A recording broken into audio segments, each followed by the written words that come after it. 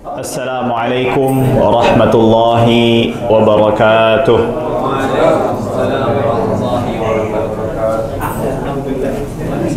Innal hamdalillah nahmaduhu wa nasta'inuhu wa nastaghfiruh wa natubu ilayhi wa na'udzu billahi min shururi anfusina wa min sayyiati a'malina. Man yahdihillahu fala mudilla lahu wa man yudlil fala hadiya lahu. Asyhadu an la ilaha illallah wahdahu la syarika lahu wa asyhadu anna sayyidana Muhammadan abduhu wa rasuluh. Allahumma salli wa sallim ala abdika wa rasulika Muhammadin wa ala alihi wa sahbihi wa man tabi'ahum bi ihsanin ila yaumiddin. Qala Allah subhanahu wa ta'ala, ya ayyuhalladzina amanu taqullaha haqqa tuqatihi wa la tamutunna illa wa antum muslimun.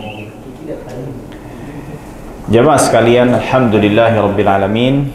Syukur kepada Allah subhanahu wa ta'ala, kita bisa melanjutkan kajian kita, pembacaan kitab Al-Mukhtasar Al-Latif karya Al-Syekh Al-Imam Abdullah Ibn Abdurrahman Bafadal Al-Hadrami rahimahullahu ta'ala, yang dimana kita sudah memasuki fasal yang menjelaskan tentang hukum salat janazah, ya, dimana Syekh rahimahullahu ta'ala mengatakan faslun tajhizul mayyiti wa huwa ghusluhu wa takfinuhu wa salatu alaihi wa dafnuh fardu kifayah, ya, menyelenggarakan jenazah, menyiapkan mayit ini, ya, hukumnya adalah fardu kifayah.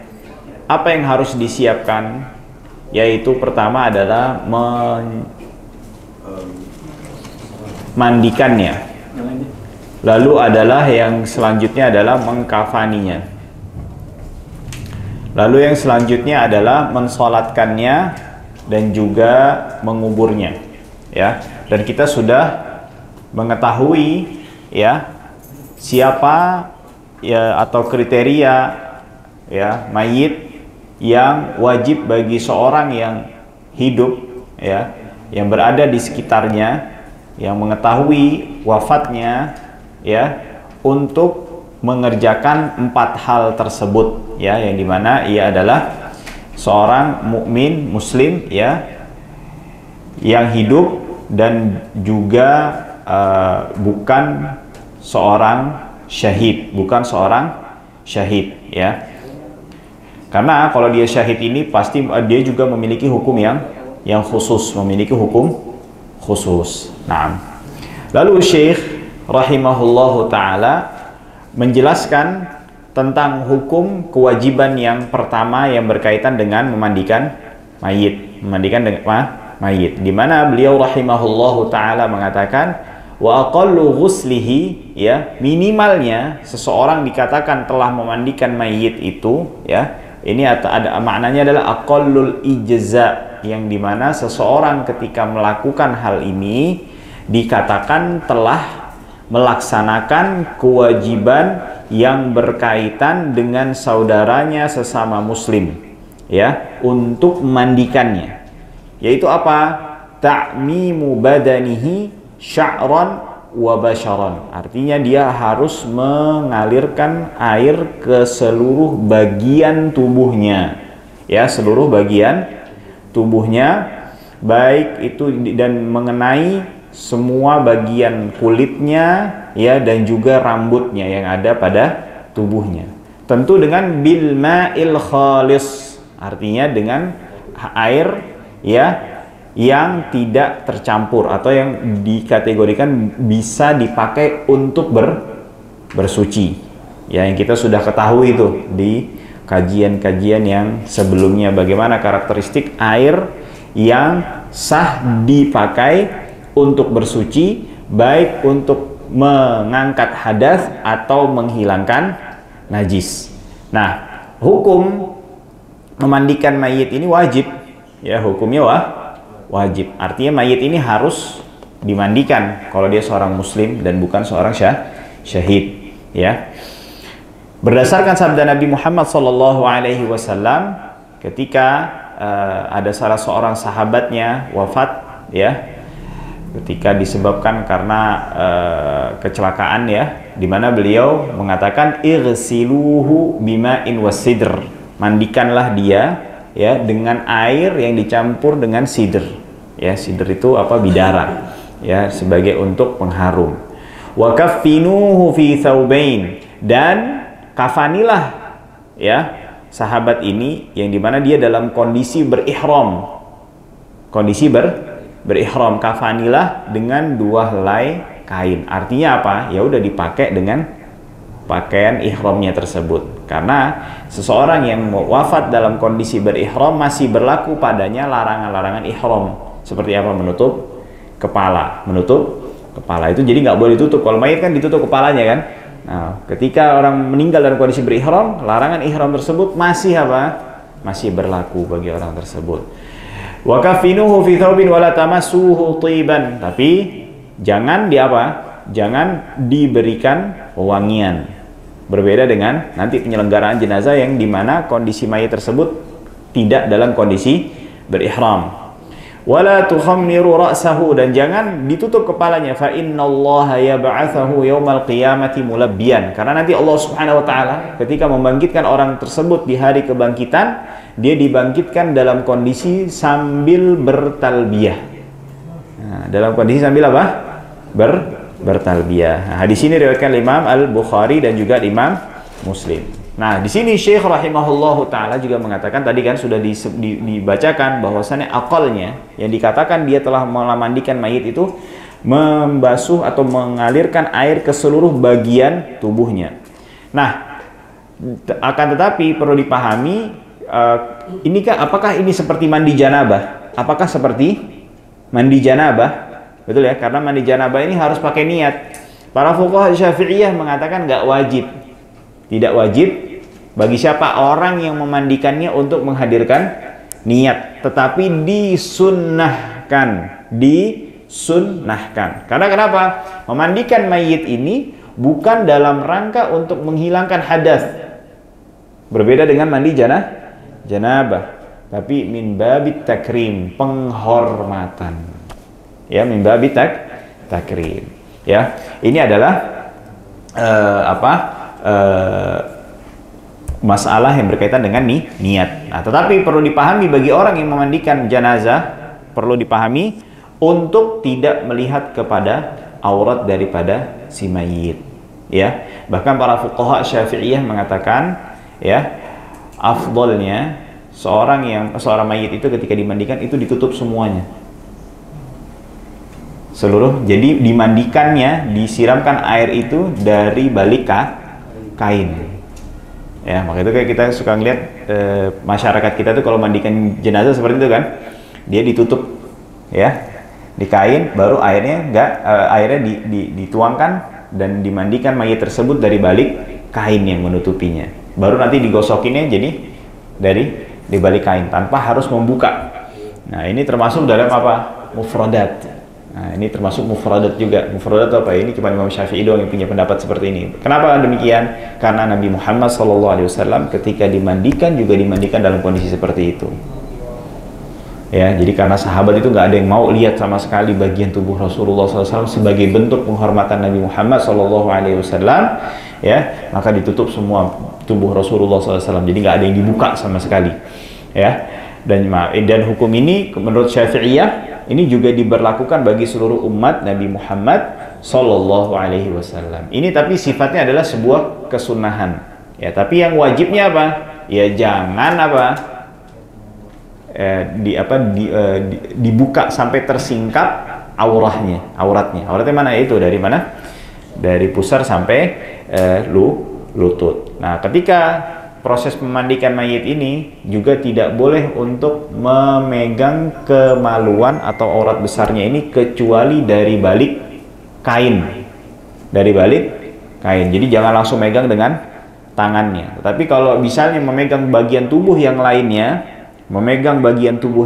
ketika proses memandikan jenazah itu sifatnya adalah disunnahkan untuk memegangnya tanpa menyentuhnya secara langsung, tapi dari balik kain. Misalnya pakai apa tadi, apa?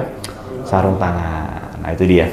Nah, ini yang berkaitan ini bil ma'il khalisi ba'da izalatin najasah, setelah dia menghilangkan najisnya. Tentu makna najasah di sini adalah najasah ainiyah, najasah yang ada zatnya, najasah yang ada zatnya. Karena kita tahu ketika mayit, proses memandikan mayit ini, ototnya mayit ini udah pada apa?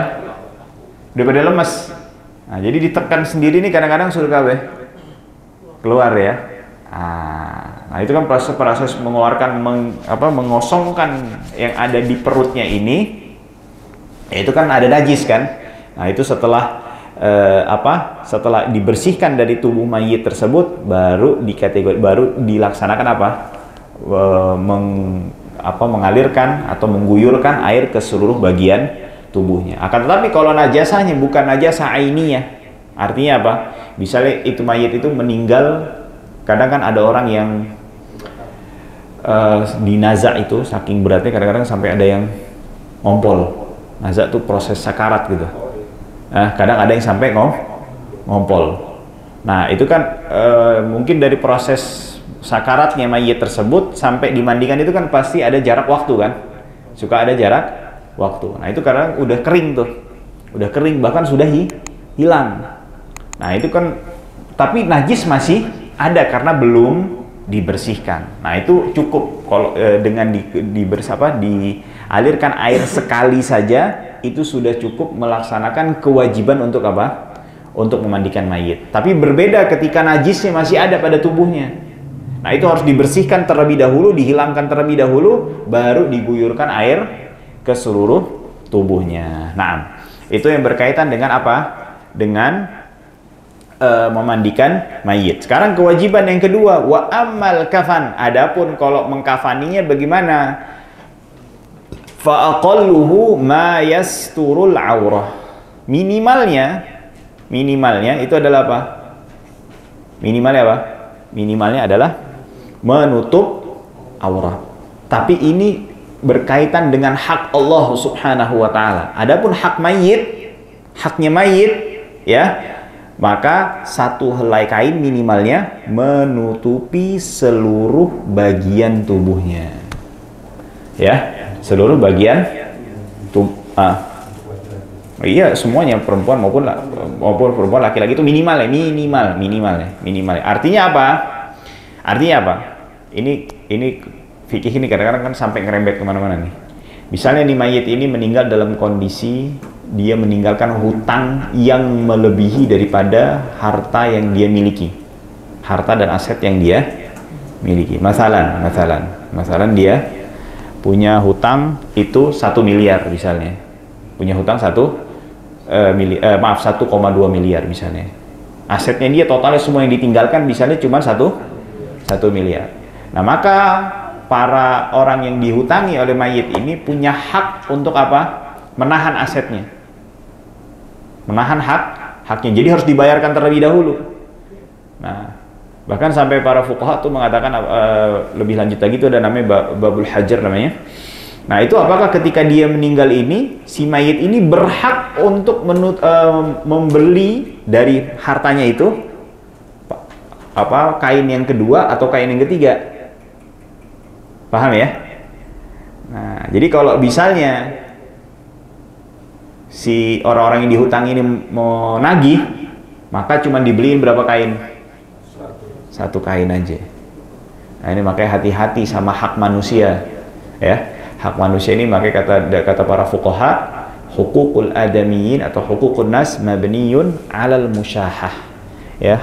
Hak manusia ini dibangun di atas saling menuntut ya. Karena manusia ini semuanya, apapun golongannya, sukunya, semuanya pelit. Manusia itu adalah apa? Pelit, pasti menuntut haknya. Dia punya hak sama orang lain tuh pasti dia bakalan apa? Tuntut. Nah, maka dari itu ada salah seorang salaf mengatakan, ya, saya lebih baik meninggal dalam kondisi membawa 70 dosa yang berkaitan dengan hak Allah Subhanahu wa ta'ala. daripada saya meninggal sedangkan saya masih punya sangkutan sama satu orang.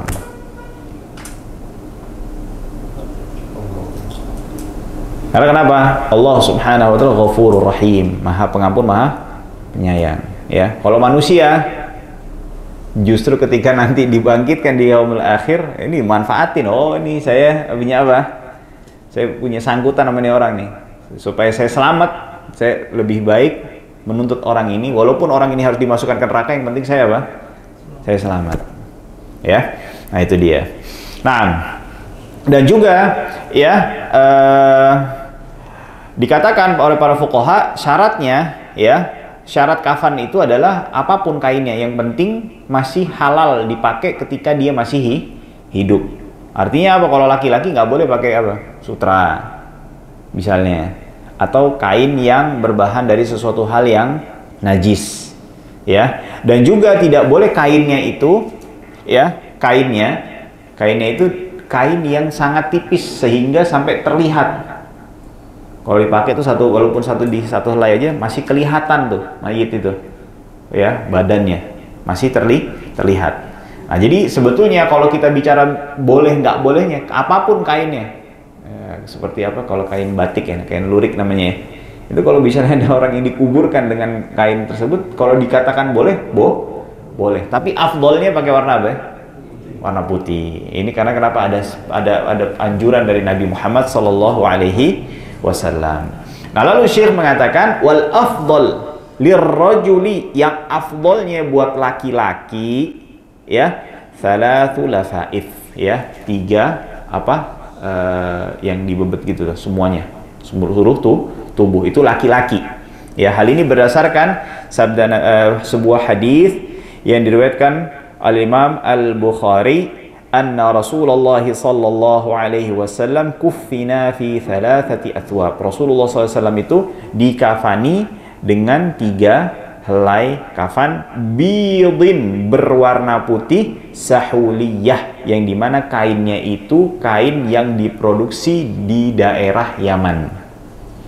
Ya, jadi kainnya kafannya Rasulullah SAW itu kain yang berasal dari daerah mana? Yaman. Laisa fiha qamis wala imamah, yang dimana di kafan Rasulullah SAW itu tidak ada qamis. Qamis itu ya pakaian kayak gini lah, kurang lebih gamis gitu, yang ada membentuk apa? Tangan dan juga kaki. Nah, lalu walil mar'ati khamsah, adapun perempuan afdolnya 5 helai. Ya, 5 helai itu apa aja? Izar, artinya kayak sarung bawahan, rok kalau kita ini ngomongnya, ya, atau perempuan rok dah. Wa khimar itu apa? Kerudung. Hati-hati tuh, himar sama khimar beda. Jangan ya khimar kayak gitu. Wahai kerudung, ya. Himar itu artinya keledai, khimar penutup kepala kerudung, ya.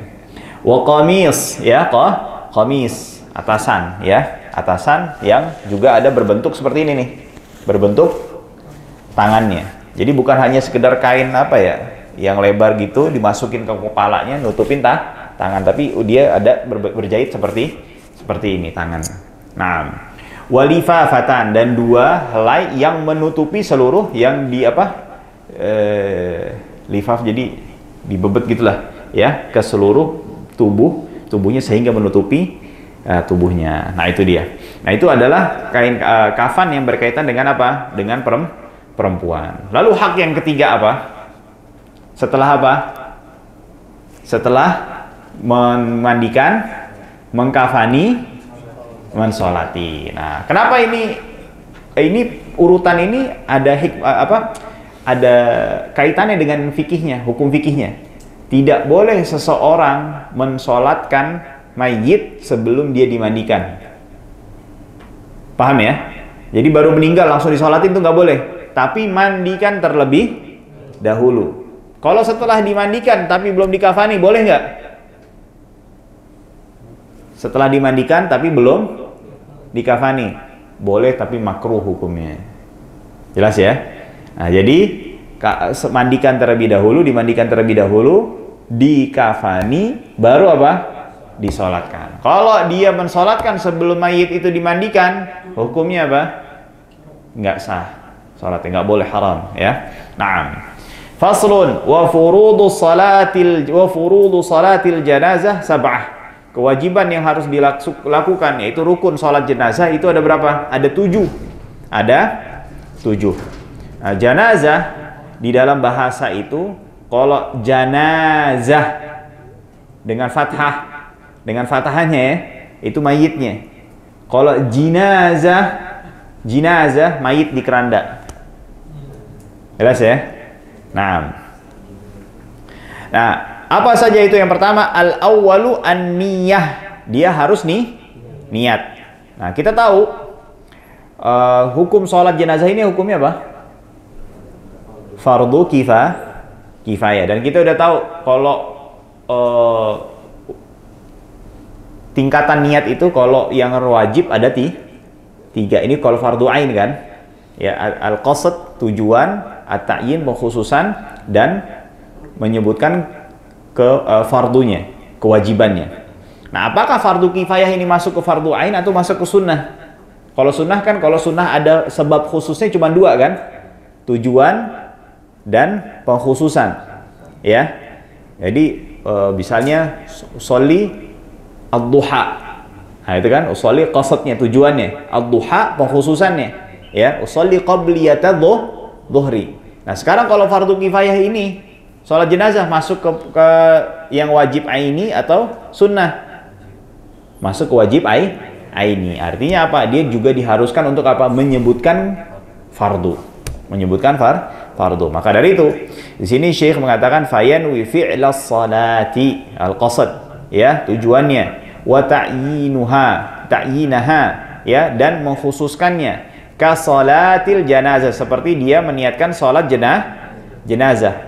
Fawayanwi fardiyataha, dan dia juga meniatkan, menghadirkan di dalam hatinya itu akan kewajiban salat jenazah.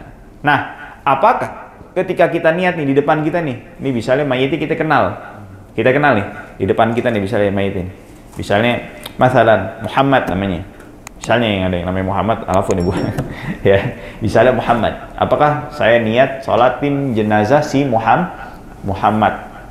Kewajiban saya melaksanakan sholat jenazah atas kewajiban melaksanakan sholat jenazah untuk Muhammad. Apakah wajib kita harus nyebutin Muhammadnya? Kalau jenazahnya ada di depan kita nggak wajib. Tapi kalau kita sholatnya sholat gaib, baru wajib. Jelas ya? Kecuali dia menghadirkan niat secara umum. Misalnya saya mensolatkan jenazah yang sah bagi saya untuk mensolatkannya. Nah, itu kan umum kan? Siapa saja dia solatin kan? Nah, karena di dalam Syafi'iyah ini, dalam solat gaib, ya, solat gaib ini, kita bicara solat gaib itu, dia paling longgar. Nggak harus, ada sebagian para fuqaha itu mensyaratkan kalau jenazahnya itu belum disolatkan di tempat dia meninggal. Nah, kalau Syafi'iyah selama dia masih berada di jarak safar, boleh kita untuk apa?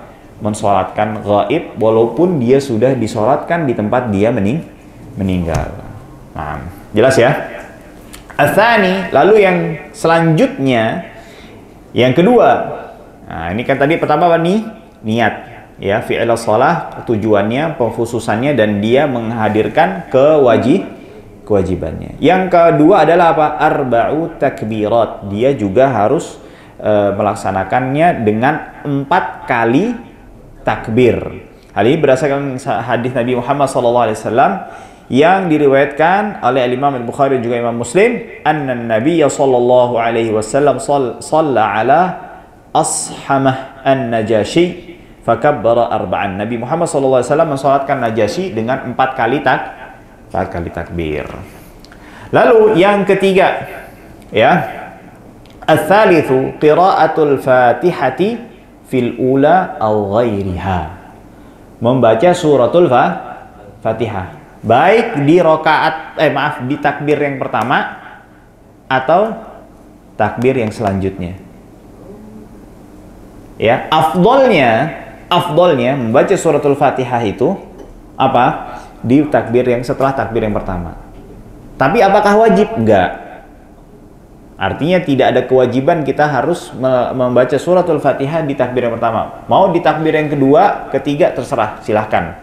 Baik, bisa di takbir yang kedua, setelah takbir langsung Al-Fatihah. Takbir kedua apa biasanya? Salawat. Ya, takbir kedua itu setelah takbir kedua Fatihah, terus salawat, atau takbir kedua salawat terus Fatihah. Itu boleh. Atau bisa setelah takbir ketiga. Takbir ketiga Al-Fatihah doa, atau takbir ketiga doa terus itu sah. Itu semua sah. Nah, lalu yang keempat adalah apa? As-salatu ala Nabi Muhammad ala Nabi sallallahu alaihi wasallam ba'da tsaniyah. Ya, bersalawat kepada Nabi Muhammad sallallahu alaihi wasallam ba'da tsaniyah. Setelah takbir yang kedua. Nah, kalau sholawat harus setelah takbir yang keberapa? Kedua. Harus tempatnya di takbir yang kedua. Ya. Nah, minimalnya Allahumma sholli ala Muhammad. Allahumma sholli ala Muhammad. Nah, tapi afdolnya, ahsannya, kata para fuqaha, dia tambahin hamdalah. Alhamdulillahi rabbil alamin. Allahumma salli ala Muhammad. Salawat Ibrahimiyah. Karena kenapa? Di salawat Ibrahimiyah ini ada apa?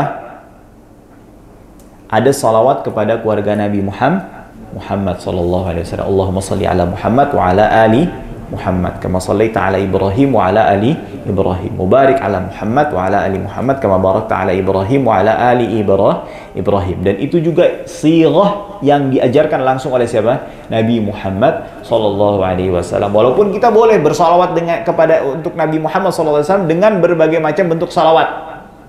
Boleh. Tapi kalau bicara yang paling afdal ya apa? Yang diajarkan oleh Nabi Muhammad sallallahu alaihi wasallam. Lalu yang kelima adalah apa? Ad-du'a'u lil mayyiti ba'da tsalitsah. Ya. Mendoakan khusus untuk mayit setelah takbir yang ketiga. Harus di takbir ketiga. Doa untuk mayit. Nah, di antara minimalnya dikatakan dia telah melaksanakan rukun tersebut, ya udah Allahumma ighfir lahu warhamhu. Itu sudah dikatakan apa? Intinya doa kebaikan untuk akhiratnya. Bukan doa kebaikan untuk dunianya. Paham nggak untuk dunia gimana maksudnya? Ya Allah, doain anaknya supaya jadi anak orang kaya. Jadi orang kaya. Ya, warisannya yang ditinggalkan jadi berkah. Itu dunia. Tapi yang kita doain yang harus berkaitan dengan apa? Dengan akhirat orang yang mayit tersebut. Ya, afdolnya ya di antara yang disunnahkan itu adalah membaca doa yang diajarkan oleh Nabi Muhammad sallallahu alaihi wasallam. Ada beberapa hadis di antaranya Allahumma ighfir lahu warhamhu wa'afihi wa'fu anhu wa akrim nuzulahu wa wassi' mudkhalahu wa aghsilhu bil ma'i wa thalji wal barad wa naqqihi minal khataaya kama naqqaita ath-thawbal abyada minad danas wa abdilhu daran khairan min darihi wa ahlan khairan min ahlihi wa zawjan khairan min zawjihi wa adkhilhu al-jannah wa a'idhu min adzabil qabri wa min adzabin nar. Ini artinya bagus, Masya Allah, tabarakallah. Artinya apa? Allahumma ighfir lahu, ya Allah, ampunilah mayit ini, warhamhu, dan rahmati mayit ini, wa'afihi wa'fu anhu, berikan keselamatan dan maaf, ampunan untuk mayit ini, wa akrim nuzulahu, dan berikanlah tempat yang terhormat untuknya, wa wassi' mudkhalahu, dan jadikan tempat masuknya liang lahat ini tempat yang lapang, luas, ya, wa ghsilhu bil ma'i wath thalji wal barad, dan cucilah di mayit ini dengan air dan juga thalj dan juga air dingin, ya, wa naqqihi minal khataaya, dan bersihkanlah dia daripada dosa-dosa dan kesalahan, kama naqqaita ats-tsawbal abyadha minad danas, sebagaimana engkau membersihkan kain putih dari berbagai macam kotoran. Allah. Wa abdilhu daran khairan min darihi, dan berikanlah pengganti tempat tinggal yang lebih baik daripada tempat tinggal yang dia telah tinggalkan, ya. Wa ahlan khairan min ahli, dan keluarga yang dia tinggalkan, berikanlah penggantinya dengan keluarga yang lebih baik, karena mayit sendirian, bener gak? Hah? Ada yang dikubur barengan? Ada yang mau ikut soal istrinya? Nggak ada. Ya. Wa zaujan khairan min zaujihi, dan pasangan yang lebih baik daripada pasangan yang dia tinggalkan. Wa adkhilhul jannah, dan masukkan ke dalam surga. Wa a'idhhu min adzabil qabr, dan lindungilah dia daripada azab kubur. Wa min adzabin nar, dan juga daripada azab neraka. Jadi kalau bisa sangat dianjurkan untuk apa? Dihafalkan nih. Ini doa ini ya diriwayatkan oleh Imam Muslim. Dan juga ada diantaranya doa lagi, Allahumma gfirli hayyina wa mayyitina, ya Allah berikanlah ampunan kepada orang yang hidup di antara kami, wa mayyitina, dan orang yang telah wafat, wa syahidina, dan yang hadir bersama kami, wa ghaibina, dan yang tidak hadir bersama kami. Subhanallah. Jadi doanya bukan untuk semua orang nih. Ya, wa saghirina wa kabirina, dan orang yang masih kecil di antara kami dan orang yang sudah besar. Wa dzakarina wa unthana, laki-laki di antara kami dan juga perempuan di antara kami. Allahumma man ahyaitahu minna fa ahyihi 'alal Islam. Ya Allah, siapa yang masih hidup di antara kami, ya, maka hidupkanlah dia dengan hidup di atas agama Islam. Wa man tawaffaitahu minna fatawaffihi 'alal iman. Siapa yang engkau wafatkan ya wahai Allah, wafatkan dia dalam kondisi beriman. Allahumma la tahrimna ajrahu, ya Allah janganlah engkau mengharamkan kami daripada pahala mensolatkannya. Wala tudillana ba'dahu, dan jangan engkau sesatkan kami sepeninggal orang tersebut. Nah, ini juga sunnah hadis yang doa yang terdapat di dalam sunnah Nabi Muhammad SAW. Hadis ini, yang doa ini diriwayatkan Imam Abu Dawud, Tirmidzi, Ibnu Majah, dan juga Nasai. Tapi Al-Imam Asy-Syafi'i punya doa sendiri.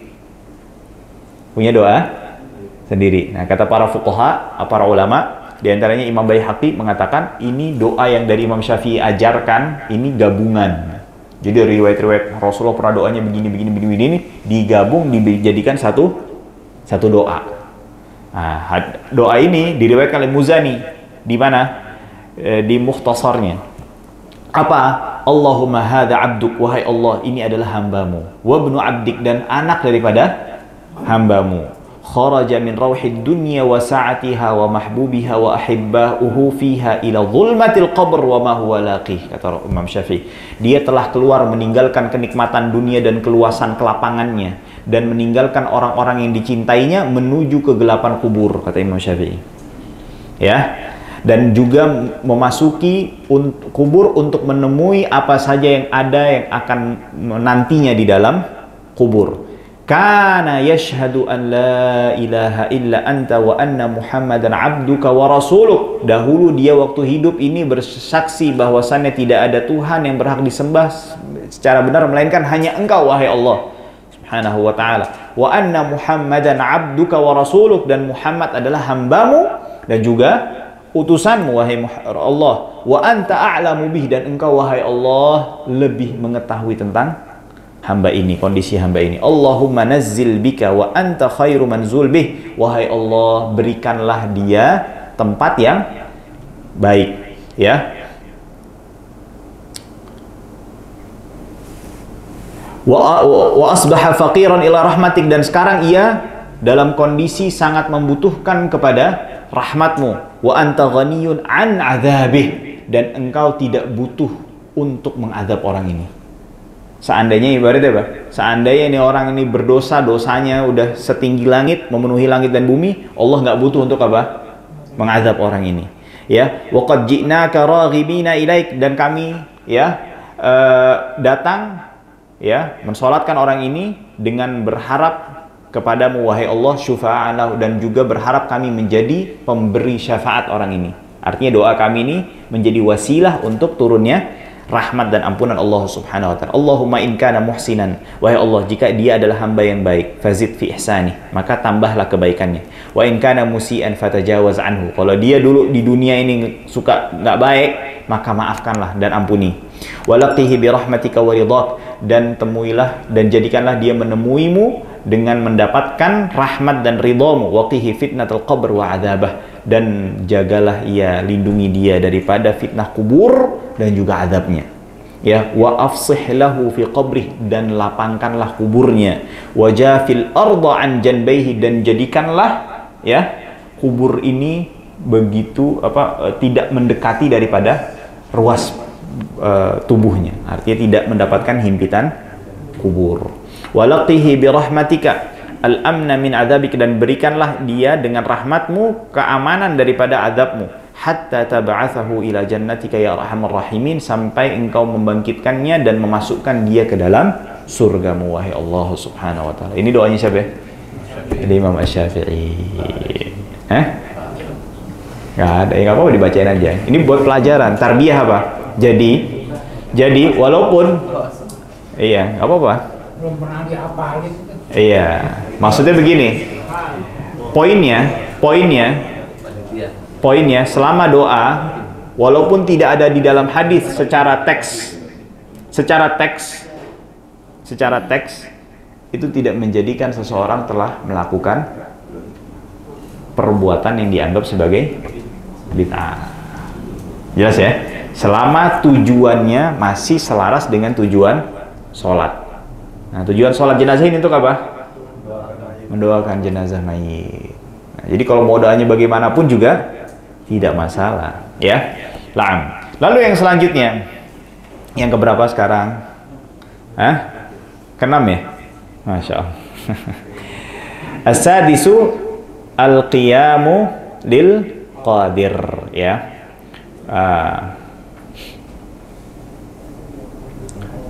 Jadi sholatnya sambil apa? Sambil berdiri. Nah, sekarang yang keempat. Tadi kan terus keempat takbir benar ya? Al-Fatihah itu mau di takbir keberapa tuh terserah. Tapi doa sholawat kepada Nabi harus takbir yang kedua. Doa khusus untuk si mayit takbir ketiga. Takbir yang keempat disunnahkan, bukan wajib.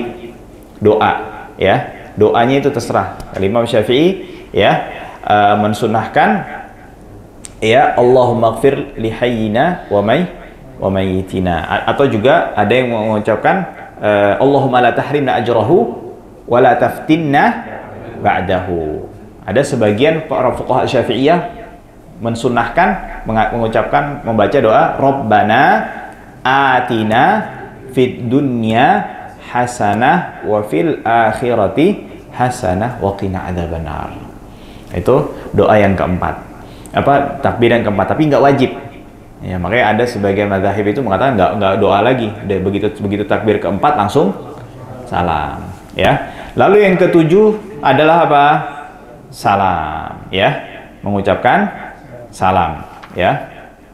Tentu salamnya ya yang wajib sekali. Tapi afdolnya adalah berapa? 2 kali.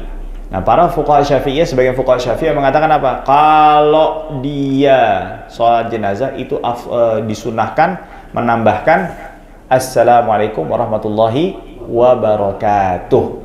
Berbeda dengan sholat biasa, sholat yang lainnya, selain sholat jenazah ya. Tidak disunahkan menambahkan wabarakatuh.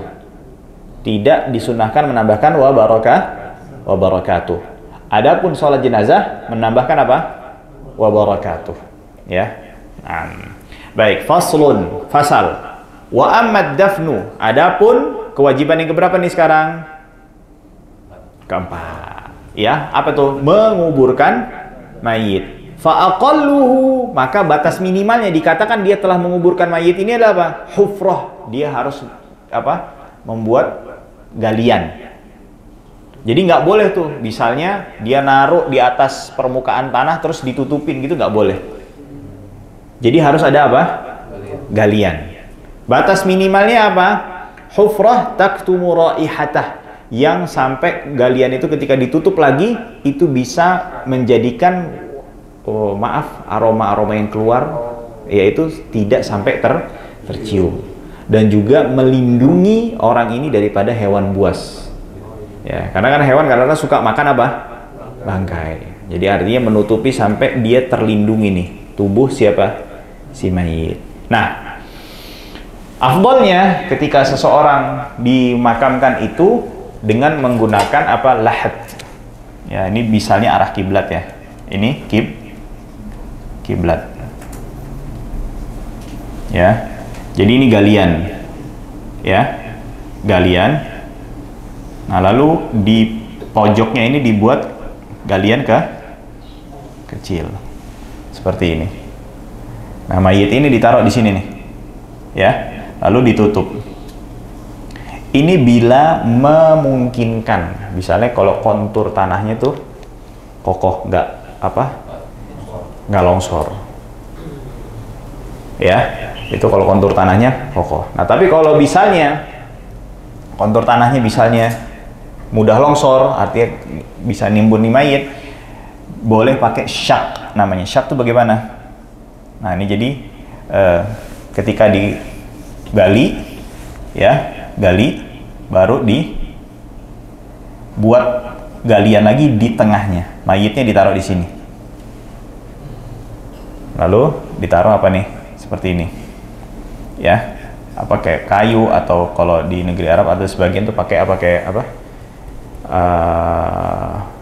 Kayak apa ya, yang biasa yang dari hebel ya, hebel kayak gitu tuh, bukan, iya, bata lah, kurang lebih bata yang besar gitu, ditaruh gitu. Iya, ditaruh hebel kayak gitu. Nah, ukuran kedalamannya yang paling afdol adalah seukuran orang dewasa dan ditambah dengan dia. Iya, itu afdolnya kedalamannya. Kalau ditumpuk? Hah? Nanti udah hukumnya, sabar.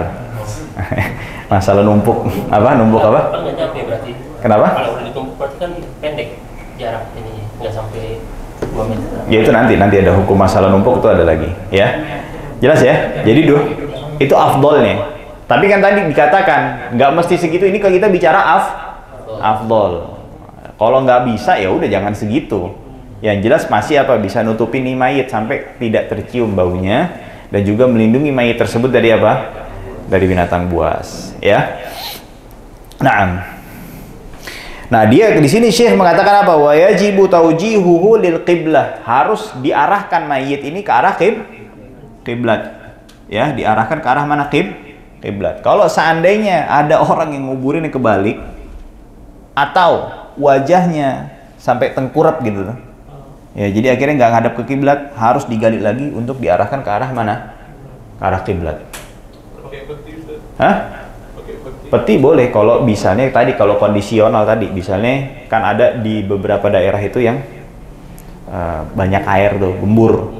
Nah, itu ditaruh peti, tapi tetap harus dia diarahkan kemana? Kiblat. Ya, diarahkan ke arah mana? Ke arah kiblat.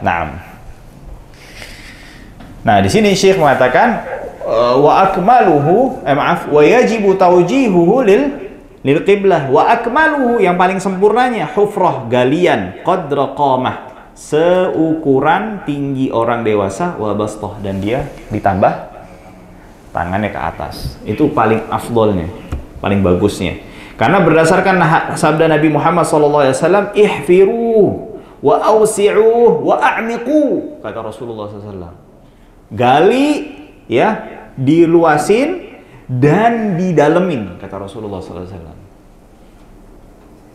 Nah, ini galian kita nih kadang-kadang masih kurang dalam ya. Di masyarakat kita kurang dalam, ya. Tapi itu bukan suatu hal kewajiban. Tapi kalau kita bicara lebih afdol. Wa huwa arba'atu adru'in wa nis. Kurang lebih ukurannya itu adalah 4 hasta setengah. 4 hasta setengah. Lalu Syekh mengatakan apa? Wa yahrumu an-nadbu, ya, dan diharamkan ketika, ya, menguburkan atau posisi sedang berduka. An-nadbu. Apa itu nadbu itu? Bukan kalau merata tuh kayak lebih menunjukkan kesedihan ya. Tapi dia nangis-nangis terus sambil cerita, wah ini fulan begini, baik, orang begini. Dia menyebutkan kebaikan-kebaikannya. Menyebutkan kebaikannya sambil meninggikan suaranya. Tapi kalau, dan itu cenderung dulu ada sebagian masyarakat seperti itu. Bahkan sampai kadang-kadang ngebayar orang. Ada sebagian masyarakat gitu. Ini nggak tahu ini di Indonesia bagaimana, cuman ada di dunia ini yang begitu. Ya, dia nyuruh orang untuk nangis-nangis berduka sambil ceritain kebaikan ini orang. Ya. Dan cenderung berlebih-lebihan. Tapi kalau misalnya ada orang yang Masya Allah nih saking baiknya, ada orang yang berduka karena meninggalkan kesan, dia nangis, ya Allah, nangis nih tanpa meninggikan suaranya sambil teriak-teriak gitu. Ini orang baik, dulu baik begini sama anak. Itu nggak ada masalah. Itu tidak masalah. Tapi kalau bisa sampai meninggikan suaranya, teriak-teriak, dia menghitung menjabarkan kebaikannya, itu yang tidak diperbolehkan. Karena sebuah hadis diriwayatkan Imam Tirmidzi, ma min mayyitin yamut, tidaklah setiap mayit yamut meninggal, fayaqumu baki, ya. Lalu ada orang yang menangisinya, dia sambil wajabala wa sayyida, ya, nyebutin kebaikan-kebaikan, wa nahwa dzalik, ya, kecuali illa wukila bihi malakan, kecuali Allah mewakilkan 2 malaikat menusuknya orang tersebut nanti di mana, di kuburnya. Lalu malaikat tersebut, aha kata kunta, begitu ente dulu. Maksudnya kenapa ini? Kalau dia bohong. Nah ini karena kecenderungan ada sebagian masyarakat itu nyuruh, bahkan mewasiatkan. Ini kalau dia mewasiatkan dia dapat begini nih. Tapi kalau misalnya dia tidak mewasiatkan, bahkan sudah mengingatkan kepada keluarga, jangan buat seperti itu. Lalu keluarganya tetap melakukan hal tersebut, maka mayit nggak ada urusannya. Ya. Nah, wa yahrumu nadbu bi ta'didi syama'il mayit wa nahwu wa sayyida wa kahfah, ya. Wa yahrumu nauh, ya. Nah, ini dan juga diharamkan meratap. Nah, ini meratap ini sambil menjelaskan kesedihannya, "Wah, ini siapa nanti yang ngasih makan saya?" Nah, kayak gitu-gitu tuh. Nah, itu dia. Wa huwa raf'u sauti bin nadbi, ya, dia sambil teriak, menangis. Nah, itu diharamkan seperti itu, ya. Wa yahrumul jaza' bi darbis sadr. Nah, terus juga jaza' itu apa? Dengan mukul-mukul dada, mukul-mukul muka, wa nashri sya'r wa syaqqil wa nashri sya'r, maaf. Dan dia terus sampai ada yang sampai membuka ininya ikatan-ikatan rambutnya, menunjukkan akan kedukaan, kesedihan. Itu nggak boleh kayak gitu. Menangis boleh, menangis tidak apa-apa, karena Rasulullah SAW pun juga menangis ketika anaknya Ibrahim, ya, radhiyallahu anhu wa rahimah, itu wafat. Nah, wa nashri sya'r wa syaqqil jaib, dan merobek-robek pakaiannya, wa tarhir ramat, terus juga dia ngebuang pasir ke wajahnya, atau tanah ke wajahnya, wa nahwi dzalik, atau intinya ungkapan-ungkapan yang berlebihan yang dilarang oleh Rasulullah SAW, di mana Nabi Muhammad SAW mengatakan, laisa minna man darabal khudud, bukanlah bagian dari kami siapa yang memukul-mukul pipinya, wajahnya, wa syaqqal juyub, dan juga merobek pakaiannya, wa da'a bid'awal jahiliyah, dan dia melakukan dakwah yang mengajak kepada dakwahnya orang-orang jahiliyah. Itu termasuk hal-hal yang dilarang dan diharamkan oleh Nabi Muhammad sallallahu alaihi wasallam. Baik, alhamdulillahirabbil alamin, kita selesai kitabus shalah. Alhamdulillah, insyaallah bila Allah takdirkan, ya, kita lanjutkan di pertemuan yang akan datang, kita babuz zakah, bab yang menjelaskan tentang hukum masalah zakat. Secara umum, jamaah sekalian, zakat ini dibagi menjadi 2. Ada zakat harta dan zakat badan. Zakat harta dan zakat badan. Nah, zakat harta ini harta-harta khusus yang telah Allah wajibkan untuk dikeluarkan hartanya, ya. Dan juga ada namanya itu nisab, ya, kadar minimal yang ketika sudah mencapai kadar tersebut maka wajib untuk dikeluarkan zakatnya, tetapi setelah melewati haul 1 tahun. Nah, harta-hartanya itu apa aja? Nah, itu insya Allah kita akan bahas. Nah, juga ada zakatul badan yang kita kenal dengan zakat fitrah. Nah, itu nggak berkaitan dengan harta, tapi berkaitan dengan jiwa. Nah, itu bagaimana persyaratannya juga insya Allah subhanahu wa ta'ala akan dibahas di babuz zakah ini. Semoga Allah subhanahu wa ta'ala memudahkan kita semua untuk konsisten, istiqamah, mengkaji dan mempelajari hukum Allah subhanahu wa ta'ala dan mengamalkannya. Semoga Allah subhanahu wa ta'ala mengampuni saya dan antum semua dari kesalahan dan kekurangan yang terjadi dan dilakukan selama kajian ini. Aqulu qawli hadha wa astaghfirullah li wa lakum wa sallallahu wasallam ala nabiyyina Muhammadin wa ala alihi wa sahbihi ajma'in walhamdulillahi rabbil alamin.